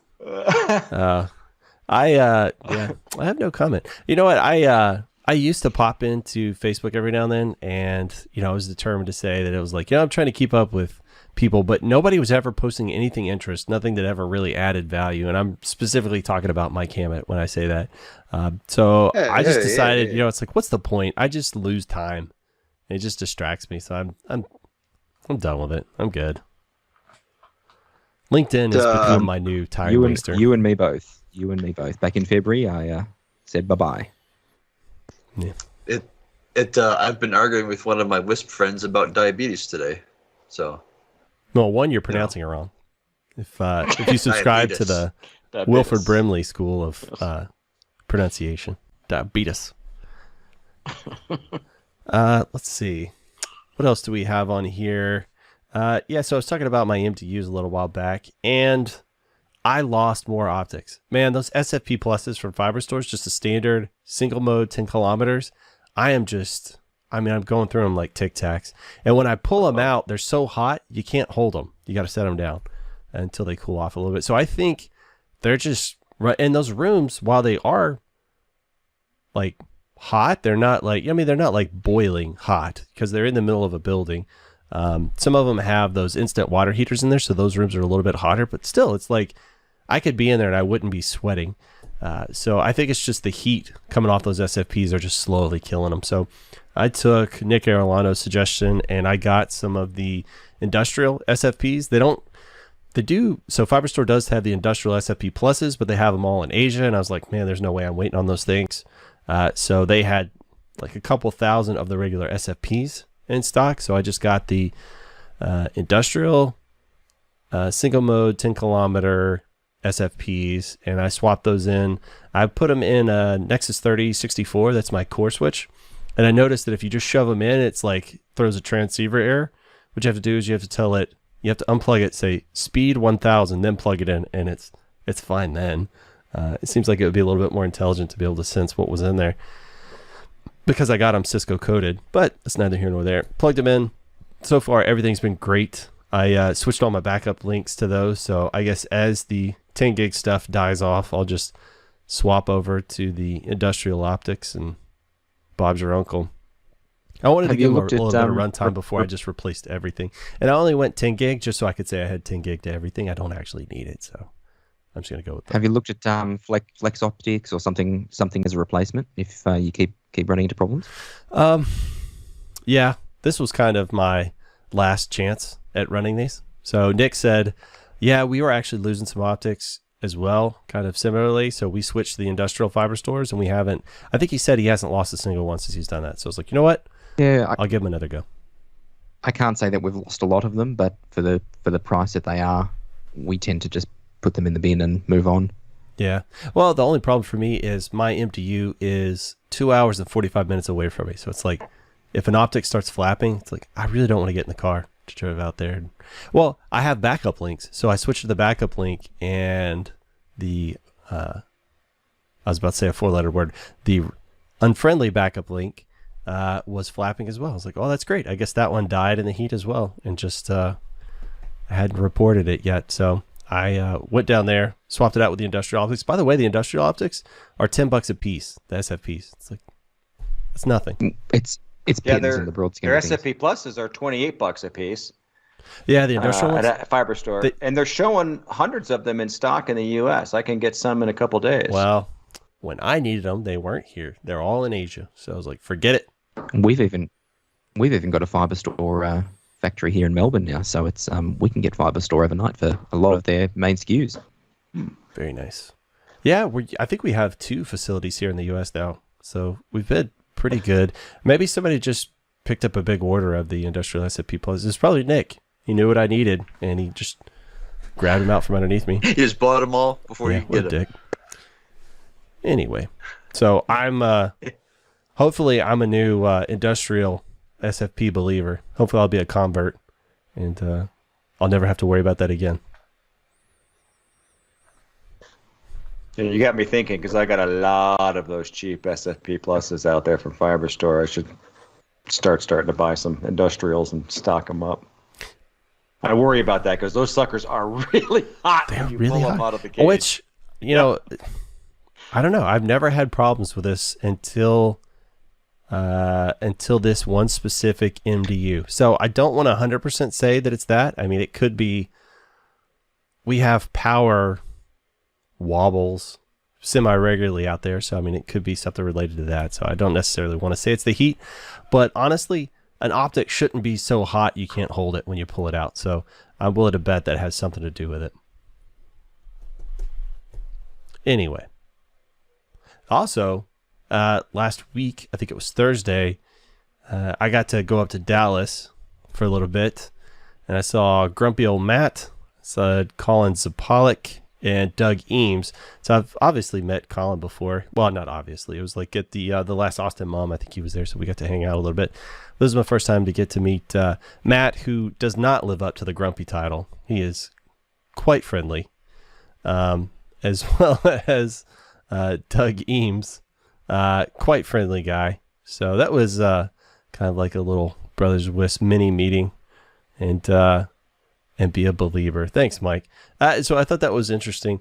It got me thinking again about some people have talked about let's put together a small Brothers WISP thing, and obviously I don't think the current climate's the time to do it, but it's kind of, I don't know, it's put a little tickle in the back of my brain that maybe we actually should look at doing that again sometime. As long as somebody else arranges it and takes care of all the other logistics pieces, I'm totally cool with it. There's a catch up on Zoom it's Friday morning, 10 a.m. my time, so it's probably like 4 o'clock Thursday afternoon your time, which is in the Brothers WISP Slack as well. So jump in there, and there's always a few people hanging around in there. I think Jeremy does that one. From all the crazy, where are those people from? Alaskans. Yeah. The state larger than Texas? Is that why you forgot? Because you can't acknowledge Well, it? I mean, they're discontiguous, so, I mean, are they really a part of us? It sounds like an X-sized appendage. They don't really exist anymore to us. I consider them Russians. Honestly, they're so close to over there. But as Texans, I have to acknowledge that they are the most freedom-centric part of the U.S., I think, as far as that stuff goes. You know, like riding Raptors while firing your machine gun. I think that's Alaskans. Do you guys have any important bits or pieces to put in here? Anything interesting? Anything that people need to hear? No, thanks to you, I just spent $1,000 at Fiber Store on some industrial optics. Yeah, I'm hoping. I hope they'll work as well for you as they did for me. I mean, so far they're doing great. Time to hit them up for some sponsorship, I think. Yeah. So Chad spends his time buying useful things for his company. I spend my time pulling up memes and dropping them into the show notes. I hear Victoria's Secret's got a bit of a special on at the moment, Chad. Huh. All right. Let me go there next. Yeah. We expect to see Chad in lacy lingerie. On I don't think my Brothers Week. employee's going to like what I buy there. All right. I don't know that they sell climbing harnesses, but give it a try. Yeah. See what you can find. I don't know. Carabiner on a G-string would be just fine. Nice and safe. Regulation. OSHA approved. All right, fellas. Well, we're at about the 2-hour mark, so this is usually where we stick a fork in it. You guys ready to close it out? Sure. All right. Yeah. So I'll go in the same order I started in. So, Chad, if folks out on the internet want to get a hold of you, what's your preferred method? I think the preferred method is the Slack channel at Little Brothers Wisp. Hit me up there. Hey, rock and roll, man. And speaking of Chad, he's got some Terragraph stuff. He's been doing a ton of Terragraph stuff, so we're going to be hearing more about that really soon. Right? Constantly. Yeah. We've done the Cycloo. They're still working with them on some firmware, and we've been rolling out a Cambium kit. So I've got a lot of info on Terragraph. That's cool, man. There's probably way too much in your brain right now. Yeah, I'm liking it. It's I got to the point where I'm like, I can't test stuff anymore. But a couple of weeks later, I'm like, yeah, they want to send me some stuff. I'll take some stuff. So so far, I'm a global thumbs up on Terragraph. If you know what you're getting into, it is performing well. Both kits that I'm working with are performing well. Rock and roll, man. Looking forward to hearing more from you soon. I think we're gonna do a podcast of just you doing a brain dump. Yeah. Right, rock and roll. All right, Mikey, Chicagoland. How do people get a hold of you? Next week, you can see me in Vegas at the Paris Hotel at WISPAPALOOZA. That's right. He's got stickers for you. Yep. Excellent. All right. Fly to Vegas and get a limited edition sticker.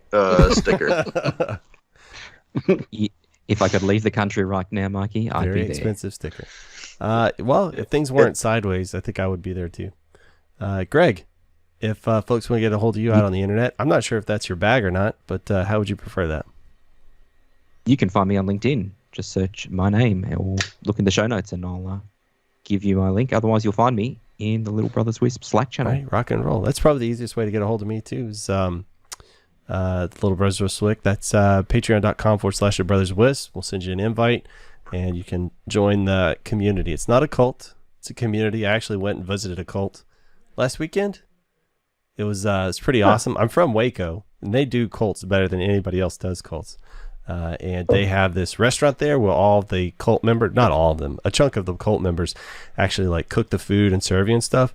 It was amazing. They even make their own cheese and stuff there. Man, it was so good. Whew.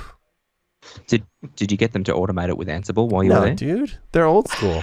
Well, then it's not. They're really a long cult. dresses, and like you go sleeves that go all the way up to the arms, and all the guys wear flannel and stuff. And before we went, I said, my youngest was like not interested. He's like 13. He wasn't super interested, and I was like, "Bruh, imagine the ankles you're gonna see today. Whoo, you get a peek." And so that's all we could say every time we passed one of the women. I was like, "Bruh, you see them ankles?" He was like, "Girl, what them things do?" Oh my God, we were having so much fun. Not to disparage anybody who believes anything for religious purposes. That's totally cool. It's just, yeah, I'm probably not a nice guy now. I'm a bad person. That's okay. But you can also find me at my blog, gregsoul.com, or you can email me at greg@gregsoul.com, or contact us at the Brothers Wisp with any questions, comments, any of that good stuff. Please reach out to us. Find Mikey at WISPAPALOOZA and buy him a beer, or apparently give him a stack of cups or shirts or whatever other swag you have to offer. And so thank you, Greg. Thank you, Mike. Thank you, Chad. Thank you, listeners. Pleasure. We'll see you guys next time. Now's the part where I talk about hitting stop buttons so that Tommy will get upset. Tommy. You don't know what you are missing. Ideas and some good comedy given. If you missed the show already, don't worry, you're forgiven.